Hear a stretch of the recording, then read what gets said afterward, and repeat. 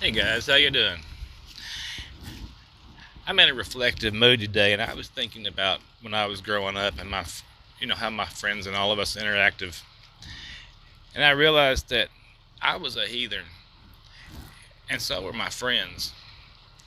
But I don't think we was as bad as we thought we was later in life. We were a different kind of group of guys. There was about five of us. There was always other guys that came into the group and went out of the group. Four of us served in the military, and that's where we really grew up.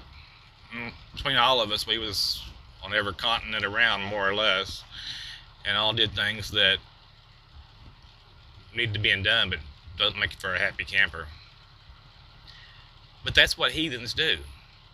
They do what have to be done, and they travel a different kind of path. And not one of them are really cut from the same mold, even if they all came out of the same litter. All my friends are heathens, take it slow. Wait for them to ask you who you know. Please don't make any sudden moves. You don't know the half of the abuse. All my friends are heathens, take it slow. Wait for them to ask you who you know. Please don't make any sudden moves. You don't know the half of the abuse. Now you might wonder why I say we were heathens. Well, our mothers told us we were heathens, of course. Where would you think we got the idea otherwise? But they all told us we was heathens because we ran pretty wild. Two of our mothers, not our mothers, but my friends' mothers, they didn't take care of their kids. They just let them run wild and do anything they wanted to do from the time they was like 7 years old on. So they was always up to no good, right? Or they were lucky to make it to adolescence alive, actually. And then the other three of us, we was in situations where our parents sit on us really hard. So when they wasn't looking, we would get up to our heathen annex, right? But by the time we was a little older, we was by the time we was 13, we realized that we was all just poor white trash and we had no hope of a future and was never going anywhere or doing anything. You know, that was just the truth of the matter. But we all actually ended up pretty good in life, except for one of us. One of my friends did spiral down into drugs, and that's where he remains today. He is not ever going to do anything. Oh well, you can't save the whole world, right? But where we were different at is we never got in real trouble. Yes, we all grew up. We all cheated on spouses one way or another. We all have been in jail. We've all served in the military. We've all got dirt on our hands. Welcome to the room of people who have rooms of people that they loved one day docked away. Just because we check the guns at the door doesn't mean our brains will change from hand grenades. You love another psychopath sitting next to you. You love another murderer sitting next to you. You think I'd get here sitting next to you. But after all I've said, please don't forget. But we never did anyone wrong. We were like a group of people, and we didn't even realize it for a long time. You know, we hunted together, fished together. We never crossed fists. We scuffled sometimes. If somebody did something wrong, we'd handle it. But we always had this, and actually, I think what it was is I was like their unchosen leader. That's kind of what I do, right? And I wasn't trying to make myself that or anything. It's just I have ideals, and I always had this ideal of doing what was right, even when I was doing things wrong because of biology. We'll blame it on biology. We still tried to do what was right. Like we would never let anyone in school pick on anyone. If someone was being bad or bullying, we'd take care of the bully, and then everything would, that's how we fix things. Back in them days, you fix things by getting physical. Not the best way to do things, maybe, but sometimes, in my opinion, two wrongs do make a right. That's not the political, politically correct thing to say, but hey, our government does it all the time, don't they? They're always doing something wrong to make a right. Don't always turn out good, but they do it. But that's how we was.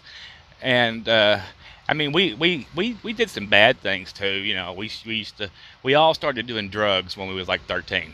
I mean, that's just when kids start doing drugs, right? Marijuana, drop a little acid. You get your hands on liquor all the time. But we didn't. We did steal Mr. Jennings' Coke bottles quite frequently.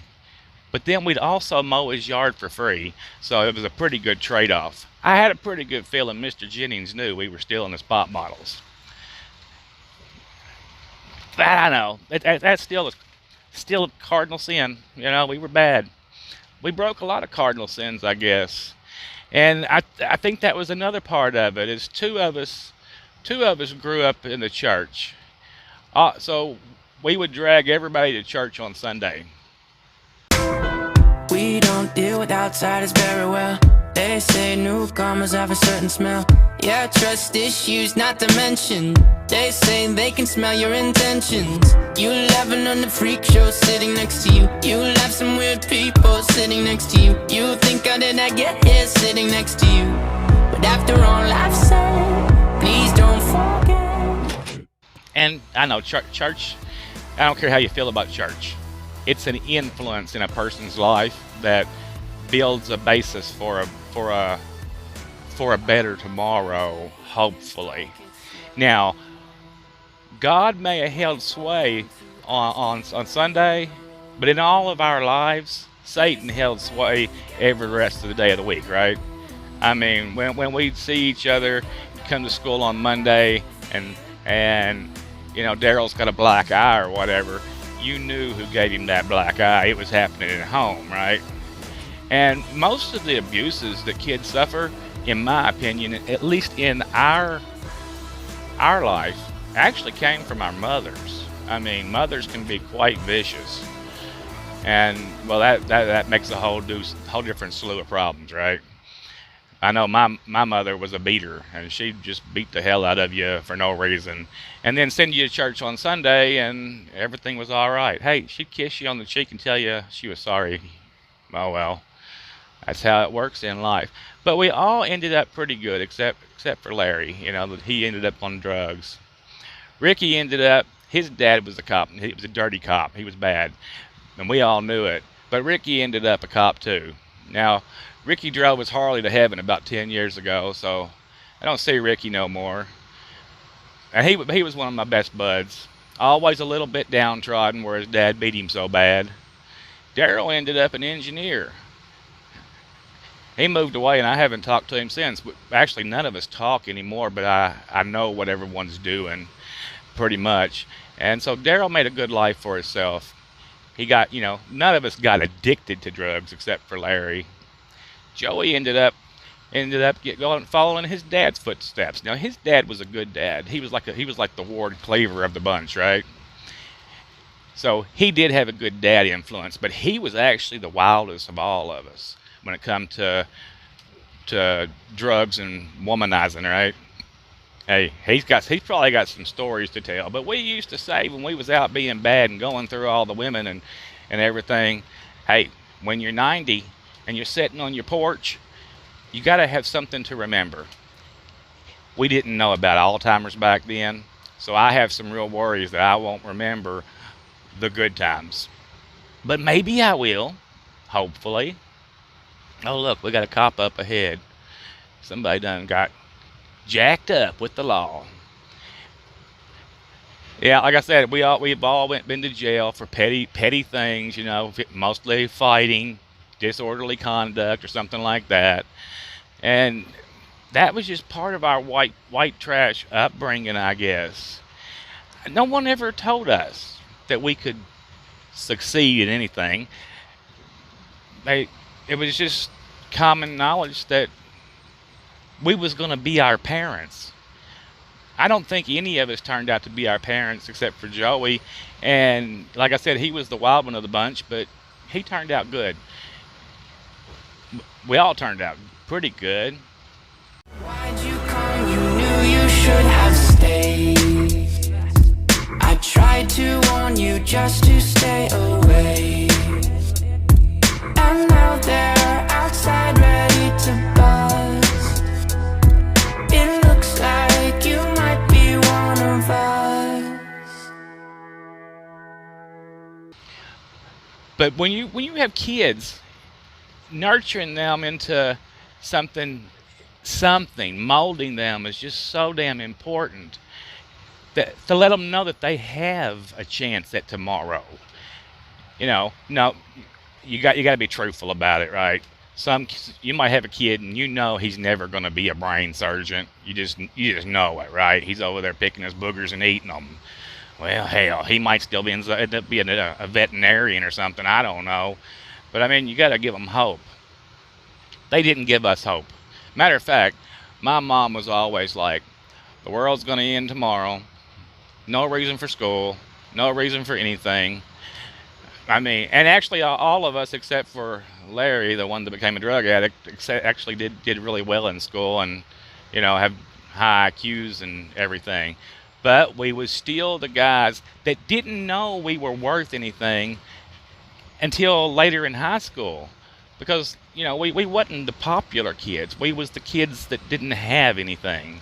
So you always feel downtrodden just because you're the kids that don't have anything.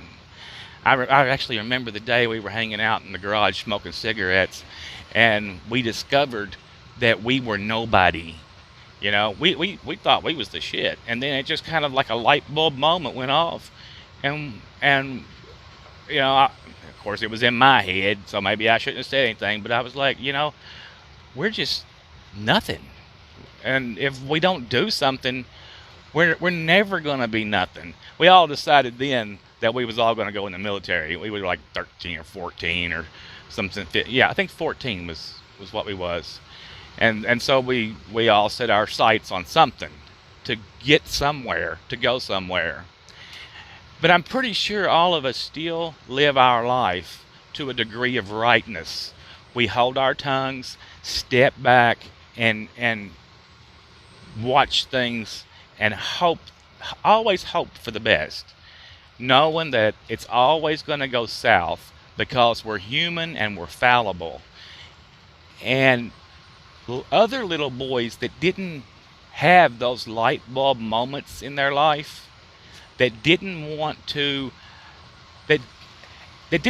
be more, or didn't think they could be more, are the ones that ends up being those bullies, or the ones that never felt liked. Like I said, when we got to high school, we just thought we was nothing, and because we actually made good grades and tried to achieve something, that's how we got to whoremongering, right? Because for some reason we was the rough boys that, like I played football, right? Well, wasn't nobody gonna mess with me, and when they did, it got handled. So the girls came around, and we all realized that we wasn't so bad. We wasn't so ugly as we thought we was. That we was okay, and that was a good confidence booster. But it still led for all of us. It led to a series of crazy sexual encounters with girls all over the damn world, I'm sure. But that's what people do. Apparently girls do that kind of stuff too, or they wouldn't have been messing with us. God bless their souls, or their hearts, or whatever. But like I said, back then, our moms called us heathens. And I don't think they ever thought we was going to amount to anything either. I wonder if they were surprised, that we actually developed a life and went somewhere beyond our parents. All of us went beyond our parents except for Joey, but he's got a good union job like his dad had. And that's so in a way, that's just as good in my opinion. We knew we wasn't going to be president. We knew we wasn't going to be rocket scientists. We knew we was never going to get to the moon. We all dreamed of those things. We also dreamed of things of being like firefighters and police officers and superheroes. We tried to model our little group's mentality on our superhero, uh, personas that we watched on television, right? Because does any little boy ever want to grow up and be an arch nemesis, or does that little boy want to grow up and be a hero? You can be a villain on one hand, or you can be a superhero on the other. But do you really want to be the villain? Some people in life keep themselves in the villain category, and I don't know how they live with themselves.